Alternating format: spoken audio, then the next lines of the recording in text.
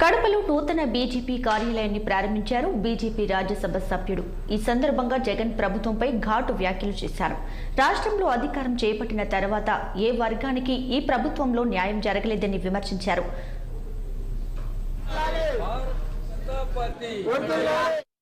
షర్మిల గారు కాంగ్రెస్ లో చేరడము, PCC president కావడము చూశాం. ఆంధ్రప్రదేశ్లో ఏదైతే అన్యాయాలు జరుగుతున్నాయో భారతీయ జనతా పార్టీ ముందు నుంచి చెప్తుందో, ఏదైనా కానీ ఈ అమరావతి క్యాపిటల్ గురించి కానీ, ఆంధ్రప్రదేశ్లో జరిగే అవినీతి గురించి కానీ, ఈ ప్రజా సమస్యల గురించి కానీ ఈరోజు షర్మిల మాట్లాడుతుంది, మిగతా పార్టీలు కూడా మాట్లాడుతున్నాయి.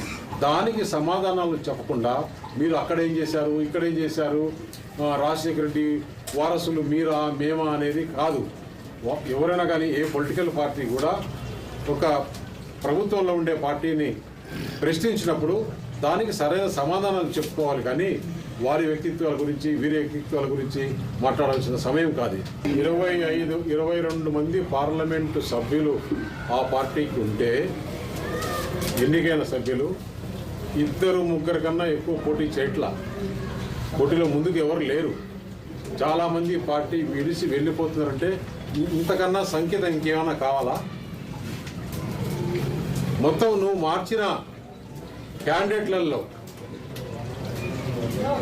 90% ఎస్సీలు, ఎస్టీలు, 10% మాత్రం బీసీలు, 1-2 మాత్రము రెడ్లు. మిగతా వాళ్ళు ఎవరైనా మార్చే ధైర్యం ఉందా మీకు?